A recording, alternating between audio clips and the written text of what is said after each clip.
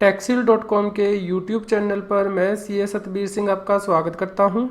Regular update के लिए आप हमारे चैनल को सब्सक्राइब करें, नोटिफिकेशन बेल को प्रेस करना ना भूलें ताकि जैसे ही हम कोई नया अपडेट डालें आपके पास इमीडिएटली यह अपडेट पहुंच जाए। इस जीएसटी न्यूज़ में हम लोग डिस्कस करेंगे कि जीएसटी के अंतर्गत टीडीएस काटने के लिए आप किस प्रकार रजिस्ट्रेशन कर सकते हैं। सबसे पहले हम फ्रिक्वेंटली आस्क्ड क्वेश्चन को लेंगे, उसके बाद प्रैक्टिकल करेंगे। जीएसटी पोर्टल पर किस व्यक्ति को टीडीएस के तौर पर रजिस्ट्रेशन करनी होगी। टीडीएस का मतलब है कि टैक्स डिडक्टर है सोर्स।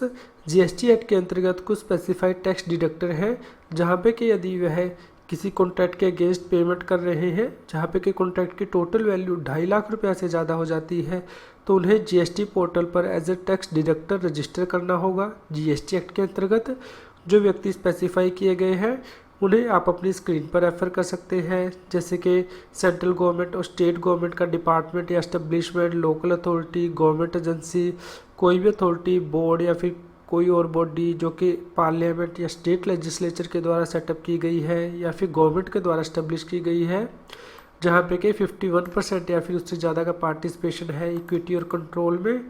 इसके अलावा कोई सोसाइटी जो कि सेंट्रल गवर्नमेंट या फिर स्टेट गवर्नमेंट के द्वारा इस्टेब्लिश की गई है, लोकल अथॉरिटी जो कि सोसाइटी रजिस्ट्रेशन एक्ट 1860 के अंतर्गत इस्टेब्लिश की गई है, और एक पब्लिक सेक्टर अंडरटेकिंग। जीएसटी के अंतर्गत टीडीएस की रेट क्या है। ये जो स्पेसिफाइड टैक्स डिडक्टर है उन्हें 1% टीडीएस जीएसटी एक्ट के अंतर्गत काटना है और 1% टीडीएस एसजीएसटी एक्ट के अंतर्गत काटना है। यह टीडीएस पेमेंट में से काटा जाएगा। जैसे ही पेमेंट सप्लायर को दी जाएगी या फिर अमाउंट क्रेडिट किया जाएगा तो उस केस में यह टीडीएस काटा जाएगा। यदि जो कॉन्ट्रैक्ट वैल्यू है टैक्सेबल गुड्स और सर्विसेज की वो 2,50,000 रुपया से ज़्यादा होती है। इंटरस्टेट ट्रांजैक्शन के केस में 2% आईजीएसटी कटेगा। यहाँ पे आपको ये ध्यान देना है कि जो टीडीएस है वह उस अमाउंट पे काटा जाएगा जिसमें कि जो जीएसटी चार्ज किया गया है वो एक्सक्लूड किया जाएगा। यानी कि यदि इनवॉइस के ऊपर जीएसटी चार्ज किया गया है तो आपको जीएसटी को कंसिडर नहीं करना है। एक्सक्लूडिंग जीएसटी जो अमाउंट है इनवॉइस का उसका आपको टीडीएस काटना है और यह जो टीडीएस का क्रेडिट है वो सप्लायर को मिल जाएगा। जीएसटी के अंतर्गत टीडीएस के तौर पर किस प्रकार रजिस्ट्रेशन ली जा सकती है। जीएसटी के अंतर्गत टीडीएस के तौर पर रजिस्ट्रेशन लेनी ऑटोमेटिकली नहीं है, यानी कि जो व्यक्ति वैट एक्ट के अंतर्गत as a tax deductor registered है वो जीएसटी के अंतर ऑटोमेटिकली माइग्रेट नहीं होंगे। सीजीएसटी एक्ट का सेक्शन 24 यह कहता है कि जिन व्यक्तियों को जीएसटी एक्ट के अंतर्गत टीडीएस काटना है उन्हें मैंडेटरी तौर पर रजिस्ट्रेशन लेनी होगी। इस प्रकार जीएसटी एक्ट के अंतर्गत टीडीएस काटने के लिए आपको सेपरेटली रजिस्ट्रेशन लेनी होगी एज ए टैक्स डिडक्टर, भले ही आपके पास पहले से ही जीएसटी नंबर हो और आप जीएसटी पोर्टल पर रजिस्टर्ड हो। टैक्स डिडक्टर के तौर पर रजिस्ट्रेशन करने के लिए आपको जीएसटी पोर्टल पर जाना है www.gst.gov.in। पूरा प्रोसेस ऑनलाइन है। जीएसटी पोर्टल पर टीडीएस के तौर पर रजिस्ट्रेशन करने के लिए क्या कंडीशंस हैं। एप्लीकेंट के पास वैलिड पैन नंबर या फिर टैन नंबर होना चाहिए, वैलिड मोबाइल नंबर होना चाहिए, ईमेल आईडी होने चाहिए, जो डॉक्यूमेंट प्रिस्क्राइब किए गए हैं वो होने चाहिए, प्लेस ऑफ बिजनेस होना चाहिए और ऑथराइज सिग्नेटरी के तौर पर एप्लीकेंट के पास जो वैलिड डिटेल है वो होनी चाहिए। क्या रजिस्ट्रेशन एप्लीकेशन देने के बाद मेरी registration as a tax deductor automatically हो जाएगी। जी नहीं, जैसे ही आप टैक्स डिडक्टर के तौर पे अपनी एप्लीकेशन को फाइल करेंगे उसके बाद ये अप्रूवल के लिए जाएगी रेलेवेंट टैक्स ऑफिसर के पास और उसके अप्रूवल के बाद ही आपको जीएसटीएन के द्वारा रजिस्ट्रेशन सर्टिफिकेट इशू किया जाएगा। यदि मैं जीएसटी के अंतर्गत टीडीएस की रजिस्ट्रेशन लेता हूं तो कितने टाइम के अंदर टैक्स ऑफिशियल मेरी एप्लीकेशन को प्रोसेस कर देगा। टैक्स ऑफिशियल 3 वर्किंग डेज़ के अंदर आपकी एप्लीकेशन को प्रोसेस कर देगा, लेकिन यदि उसके अंदर कोई क्वेरी है तो उस केस में वह क्लैरिफिकेशन आपसे मांगेगा जिसका जवाब के आपको 7 वर्किंग डेज़ के अंदर देना है। और जैसे ही आप ये अपना रिप्लाई फाइल कर देंगे तो उसके 7 वर्किंग डेज़ के अंदर टैक्स ऑफिशियल आपकी टीडीएस की रजिस्ट्रेशन को अप्रूव कर देगा। मैं अपनी जीएसटी के अंतर्गत जो टीडीएस की रजिस्ट्रेशन ली है उसका एप्लीकेशन स्टेटस किस प्रकार ट्रैक कर सकता हूं। इसके लिए आपको जीएसटी पोर्टल पर जाना है, रजिस्ट्रेशन टैब में जाना है, सर्विसेज के अंतर्गत ट्रैक एप्लीकेशन स्टेटस को क्लिक करना है और वहां पे जाके आप अपनी एप्लीकेशन को ट्रैक कर सकते हैं। जीएसटी के अंतर्गत जो रजिस्ट्रेशन एप्लीकेशन मैंने फ़ाइल की है टीडीएस की रजिस्ट्रेशन के लिए उसके कौन कौन से स्टेटस हो सकते हैं उन्हें आप अपनी स्क्रीन पर रेफ़र कर सकते हैं। जैसे कि फॉर्म को सेव कर दिया लेकिन सबमिट नहीं किया तो स्टेटस आएगा ड्राफ्ट। यदि टेम्प्रेरी रजिस्ट्रेशन नंबर जनरेट हो गया है तो एक्टिव आएगा। यदि TRN एक्सपायर हो गया है 15 दिन के बाद और आपने अभी तक एप्लीकेशन को सबमिट नहीं किया है तो स्टेटस एक्सपायर्ड आएगा। यदि TRN सक्सेसफुली सबमिट कर दिया गया है तो ARN जनरेटेड आएगा, यानी कि एप्लीकेशन रेफरेंस नंबर जनरेटेड। यदि सक्सेसफुली सबमिट कर दिया गया है फॉर्म और ARN जनरेट हो गया है तो पेंडिंग फॉर प्रोसेसिंग आएगा। यदि एप्लीकेशन जो है आपने सबमिट कर दी है, जब तक कि एप्लीकेशन रेफरेंस नंबर जनरेट नहीं हो जाता है तो पेंडिंग फॉर वैलिडेशन आएगा। और यदि वैलिडेशन फेल हो गया है तो वैलिडेशन एरर आएगी। ARN क्या है? ARN का मतलब है कि एप्लीकेशन रेफरेंस नंबर, यानी कि जैसे ही आप एप्लीकेशन फॉर्म को सबमिट कर देंगे तो उसके बाद ये ARN नंबर जनरेट होगा। एप्लीकेशन रेफरेंस नंबर कहाँ पे रिसीव होता है? एप्लीकेशन रेफरेंस नंबर आपके ईमेल एड्रेस पे भी भेजा जाएगा और SMS पे भेजा जाएगा, यानी कि जो रजिस्टर्ड मोबाइल नंबर आप डाल लेंगे GST पोर्टल पर।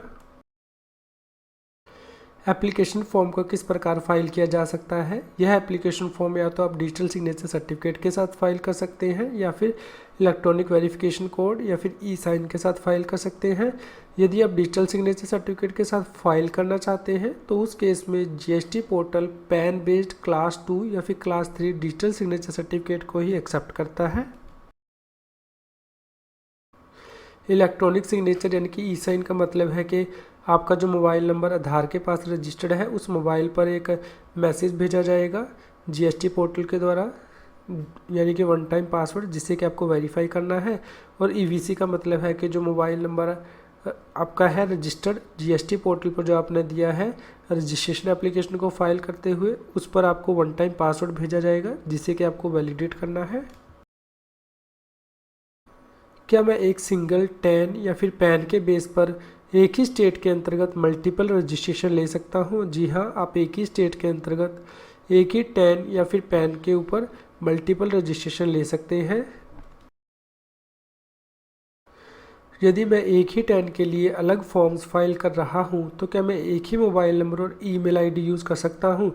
जी नहीं, आप ऐसा नहीं कर पाएंगे। आपको अलग ईमेल आईडी और मोबाइल नंबर देना होगा। GST के अंतर्गत TDS की रजिस्ट्रेशन लेने के लिए पार्ट A और पार्ट B का क्या मतलब है? इन दो पार्ट्स में क्या डिफरेंस है? जैसे ही आप पार्ट A को भरेंगे एप्लीकेशन फॉर्म के तो उसके बाद टेम्प्रेरी रेफरेंस नंबर यानी कि TRN नंबर जनरेट होगा जो कि 15 दिन के लिए वैलिड रहेगा। यह TRN के बेस पर आप जो है GST पोर्टल पर लॉगिन कर सकते हैं। TRN को जनरेट करने के लिए आपको सिर्फ बेसिक डिटेल को एंटर करना होता है, जैसे कि email address, mobile number, pan या फिर टैन नंबर।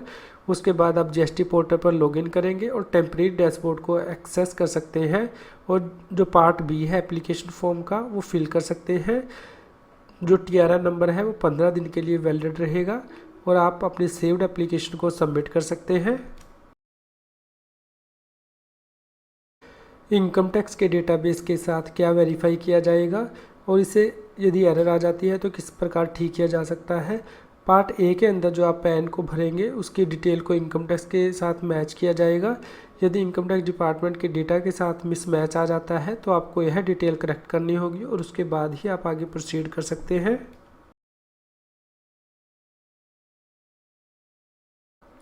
मेरी सेव्ड एप्लीकेशन का क्या मतलब है? जो भी आपने एप्लीकेशन भरनी शुरू कर दी है लेकिन अभी तक सबमिट नहीं की गई है वो आपकी सेव्ड एप्लीकेशन हो जाती है। यानी कि जैसे ही TRN नंबर जनरेट होता है तो उसके 15 दिन तक आप अपनी एप्लीकेशन को अपडेट कर सकते हैं और सबमिट कर सकते हैं। TDS की रजिस्ट्रेशन एप्लीकेशन को फाइल करने के लिए क्या टाइम लिमिट है? जैसे ही आप एप्लीकेशन फॉर्म को फिल करते हैं तो उसके बाद 15 दिन तक ये आपको अवेलेबल रहेगा। यदि आप 15 दिन के अंदर सबमिट कर देते हैं तो ये डाटा आगे चला जाएगा, अदरवाइज ये सिस्टम से निकल जाएगा। वैलिडेशन एरर क्या है और मैं इन्हें कैसे देख सकता हूँ? जैसे ही आप अपनी एप्लीकेशन को ऑनलाइन सबमिट कर देते हैं तो उसके बाद जो अपना पैन या फिर टैन नंबर वहाँ पे भरा है तो उसे एक्सटर्नल एजेंसी के साथ वैलिडेट किया जाता है, यानी कि इनकम टैक्स डिपार्टमेंट के साथ। और यदि कोई मिसमैच आता है तो उस केस में वैलिडेशन एरर आएगी। इसे चेक करने के लिए आप अपनी ईमेल को देख सकते हैं जहाँ पे कि ये रिपोर्ट भेजी जाती है।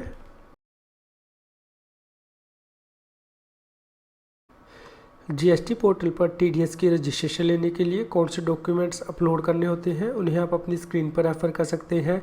जैसे कि ड्राइंग एंड डिसबर्सिंग ऑफिसर का प्रूफ आपको देना है। ड्राइंग एंड डिसबर्सिंग ऑफिसर की फ़ोटो आपके लगेगी 100 KB तक की जेपीजी फॉर्मेट के अंतर्गत।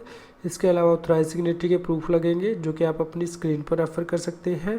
प्रीमिसेस के प्रूफ लगेंगे, ऑन है, रेंटेड है, लीज्ड है, जिससे कि आप अपनी स्क्रीन पर रेफर कर सकते हैं। जीएसटी पोर्टल पर टीडीएस की रजिस्ट्रेशन लेने के लिए सबसे पहले आपको जीएसटी पोर्टल पर लॉगिन करना है gst.gov.in। उसके बाद आप होम पेज पे जाएंगे। यहाँ पे जो सर्विसेज की टैब दी गई है इसके अंतर्गत रजिस्ट्रेशन है और उसके अंदर न्यू रजिस्ट्रेशन आपको इसे क्लिक करना है। आपको यहाँ पे ध्यान रखना है कि जो फॉर्म है 2 पार्ट में दिया गया है, पार्ट ए और पार्ट बी। उसके बाद पार्ट ए के अंतर्गत आपके पास जो है नया रजिस्ट्रेशन फॉर्म वो आ जाएगा। यहाँ पे आपको न्यू रजिस्ट्रेशन को क्लिक करना है और यहाँ पे जो IM की ड्रॉप डाउन लिस्ट दी गई है यह है, इसके अंदर आपको टैक्स डिडक्टर को सिलेक्ट करना है। इस प्रकार आप यहाँ पे टैक्स डिडक्टर को सिलेक्ट कर लेंगे और उसके बाद आपको यहाँ पे स्टेट सेलेक्ट करना है, डिस्ट्रिक्ट सेलेक्ट करना है, legal name of the tax deductor जो 10 में दिया गया है यहाँ पे I have a tax deduction account number select करना है और जो 10 में बिजनेस का नाम दिया गया है वो आपको यहाँ पे एंटर करना है। उसके बाद आपको यहाँ पे ईमेल एड्रेस डालना है और मोबाइल नंबर आपको डालना होगा यहाँ पे। इसके बाद आपके मोबाइल पे और ईमेल पे एक 1 टाइम पासवर्ड जाएगा जो कि आपने भरा था जब आपने पार्ट ए को फिल किया है, तो आपके पास ये पासवर्ड जाएगा और उसके बाद आपको इसे वैलिडेट करना है। यदि आपके पास ये पासवर्ड नहीं पहुंचा है तो यहाँ पे रीसेंड का बटन भी दिया गया है, आप उसे क्लिक कर सकते हैं।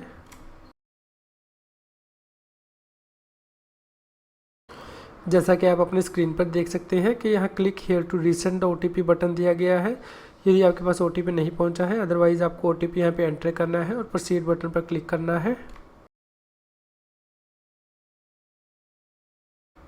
इसके बाद आपके पास एक 15 डिजिट का टेम्प्रेरी रेफरेंस नंबर जनरेट हो जाएगा।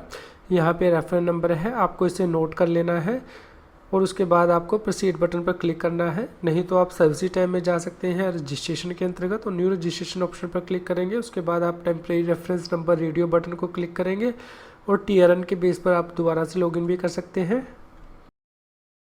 उसके बाद आपको पार्ट बी को भरना है। यहाँ पे टेम्प्रेरी रेफरेंस नंबर आपसे मांगा जाएगा और जो यहाँ पे नीचे कैप्चा कोड दिया गया है वो आपको यहाँ पे एंटर करना है, प्रोसीड बटन पर क्लिक करना है, जिसके बाद कि आपके मोबाइल पे और ईमेल पे एक OTP भेजा जाएगा जिसको कि आपको वैलिडेट करना है। यह जो मोबाइल और ईमेल पे OTP भेजा गया है वो 10 मिनट के लिए ही वैलिड रहेगा। आपको यहाँ पे एंटर करना है, प्रोसीड बटन पर क्लिक करना है। नहीं तो आप click here to resend OTP button पर भी क्लिक कर सकते हैं। उसके बाद आपके पास सेव्ड एप्लीकेशन आ जाएगी। यहाँ पे जो ब्लू बटन दिया गया है आपको इसे क्लिक करके इसे एडिट करना है। यहाँ पे एक्सपायरी डेट भी दी गई है, ये के फॉर्म किस डेट तक आपको सबमिट करना है और यहाँ पे स्टेटस जो है वो ड्राफ्ट दिया गया है। उसके बाद आपके पास ये टैब आ जाएंगे, बिजनेस डिटेल आपको भरनी होगी, ड्राइंग एंड डिसबर्सिंग ऑफिसर की डिटेल भरनी है, ऑथराइज सिग्नेटरी की detail, office address of tax deductor, verification की डिटेल यहाँ पे भरनी है।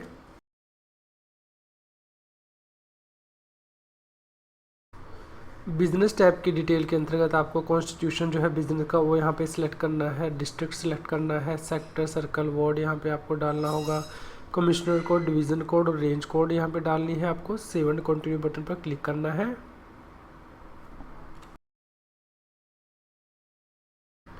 उसके बाद आपको ड्राइंग एंड डिसबर्सिंग ऑफिसर की जो टैब है उस पर क्लिक करना है और जो पर्सनल डिटेल है DDO की वो आपको यहाँ पे भरनी है, जिन्हें कि आप अपनी स्क्रीन पर रेफर कर सकते हैं, जैसे कि date of birth, gender, telephone number, status, permanent account number, extra और रेजिडेंशियल एड्रेस आपको यहाँ पे भरना है। और उसके बाद जो डॉक्यूमेंट है वो यहाँ पे आपको अपलोड करने हैं जो कि 100 KB से ज़्यादा नहीं हो सकते। उसके बाद यहाँ पे सेव एंड कंटिन्यू बटन दिया गया है, इसे आपको क्लिक करना है। यदि DDO ऑथराइज सिग्नेटरी भी है तो यहाँ पे यस करना है।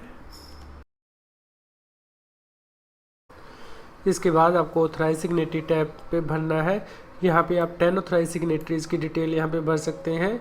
यदि आपने DDO को ऑथराइज सिग्नेटरी सेलेक्ट किया है तो सिस्टम इसको स्किप कर देगा इस सेक्शन को, अदरवाइज़ आपको यहाँ पे डिटेल जो है वो भरनी होंगी। यहाँ उसके बाद आपको सेव एंड कंटिन्यू बटन पर क्लिक करना है। इसके बाद आपको ऑफिस एड्रेस और टैक्स डिडक्टर के अंतर्गत जो डिटेल है वो भरनी है, जिससे कि आप अपनी स्क्रीन पर रेफर कर सकते हैं। नेचर ऑफ बिजनेस प्रीमिसेस आपको यहाँ पे ड्रॉप डाउन मेन्यू से सिलेक्ट करनी है और जो डॉक्यूमेंट आप अपलोड करेंगे उन्हें आपको यहाँ पे सिलेक्ट करना है। सेव एंड कंटिन्यू बटन पर क्लिक करना है। जो डॉक्यूमेंट आप अपलोड करेंगे उसे आप यहाँ पे अपनी स्क्रीन पर देख सकते हैं कि टैक्स डिडक्टर को as a proof of address कौन से डॉक्यूमेंट अपलोड करने हैं। इसके बाद आपको जो वेरिफिकेशन की टाइल है उसे क्लिक करना है और जो वेरिफिकेशन है यहाँ पे करनी है, ऑथराइज सिग्नेटरी का नेम सेलेक्ट करना है और प्लेस सेलेक्ट करना है और इसे डिजिटल सिग्नेचर सर्टिफिकेट या फिर EVC से वेरीफाई करना है। जब तक आप इसे वेरीफाई नहीं कर देंगे तब तक यह फॉर्म सबमिटेड नहीं माना जाएगा। यदि आपने डिजिटल सिग्नेचर सर्टिफिकेट सेलेक्ट किया है तो उस केस में आपको जो डिजिटल सिग्नेचर सर्टिफिकेट है वो यहाँ से चूज़ करना होगा जब आप टोकन अपने कंप्यूटर के साथ लगाएंगे। और यदि आपने EVC से वेरीफाई किया है तो उस केस में 1 टाइम पासवर्ड आपके मोबाइल पर भेजा जाएगा और ईमेल पर, जिससे कि आपको यहाँ पे एंटर करना है और इस 1 टाइम पासवर्ड को वैलिडेट करना है। उसके बाद एप्लीकेशन रेफरेंस नंबर जनरेट हो जाएगा, जिसका मतलब है कि आपने ये फॉर्म जो है सक्सेसफुली सबमिट कर दिया है। GST, टैक्स और फाइनेंस के रेगुलर अपडेट के लिए आप टैक्सील की मोबाइल ऐप को गूगल प्ले स्टोर से डाउनलोड कर सकते हैं। इसका लिंक इस वीडियो के डिस्क्रिप्शन में भी दिया गया है। यदि आप GST के कंसेप्ट्स को समझना चाहते हैं या फिर GST के एग्ज़ाम की तैयारी कर रहे हैं तो आप अनअकैडमी पर जाकर मेरी प्रोफाइल में वीडियोस को चेक कर सकते हैं, जिसका लिंक है GST न्यूज़ की वीडियो डिस्क्रिप्शन में भी दिया है। और आप अनअकैडमी की लर्नर ऐप को भी डाउनलोड कर सकते हैं, जिसका लिंक है GST न्यूज़ की वीडियो डिस्क्रिप्शन में भी दिया गया है। आज की GST की न्यूज़ आपको कैसी लगी इसके बारे में हमें बताएं। लाइक करें और शेयर करें। जितना अधिक आप लाइक करते हैं और शेयर करते हैं उतनी ही अधिक हमें प्रेरणा मिलती है कि हम और भी अधिक अच्छी GST की न्यूज़ आप तक पहुंचा पाएँ।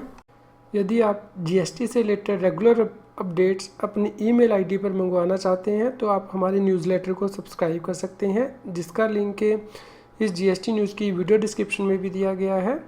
यदि आप हमारी प्रीवियस GST न्यूज़ को सुनना चाहते हैं तो आप हमारे चैनल की प्लेलिस्ट को रेफर कर सकते हैं।